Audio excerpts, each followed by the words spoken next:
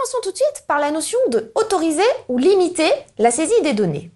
L'idée est très simple. Vous avez conçu un fichier Excel que peut-être vous ou d'autres allez utiliser. Et pour que ce soit optimal, vous allez, pour certaines cellules, préciser ce que l'on a le droit de saisir et ce que l'on n'a pas le droit de saisir. Par exemple, vous pouvez avoir des colonnes dans lesquelles vous ne voulez que des dates. Eh bien, Excel vous permettra d'interdire toute saisie qui ne serait pas des dates. On va faire ça à travers une application pour voir concrètement comment utiliser la validation des données. Ici, nous avons notre base de données client dans laquelle on a prévu une colonne sexe.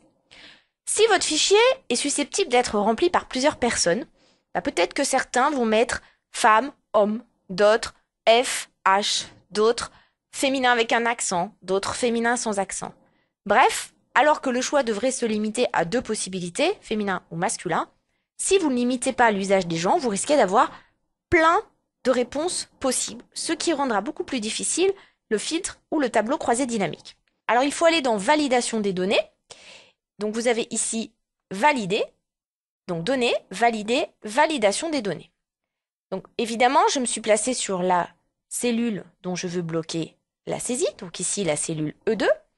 Et vous voyez que dans validation des données, j'ai un premier champ paramètre, dans lequel je vois que pour l'instant, par défaut, tout est autorisé. Donc critères de validation, autoriser tout. Alors si je regarde les choix qui s'offrent à moi, je vois que je peux autoriser un nombre, une date, une heure ou bien une liste. Donc je vais choisir liste.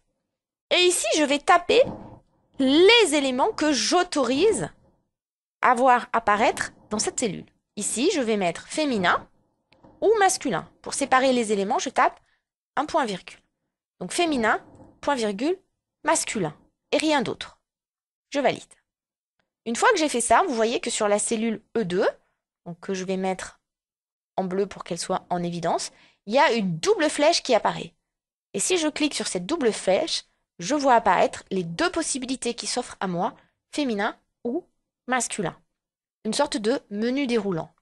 Si j'avais voulu saisir, et si je ne veux pas utiliser ce menu déroulant, mais saisir par exemple, femme, eh bien je ne pourrais pas. Vous avez à ce moment-là un message d'erreur d'Excel qui apparaît, qui vous dit la valeur entrée ne se trouve pas dans la liste des valeurs requises.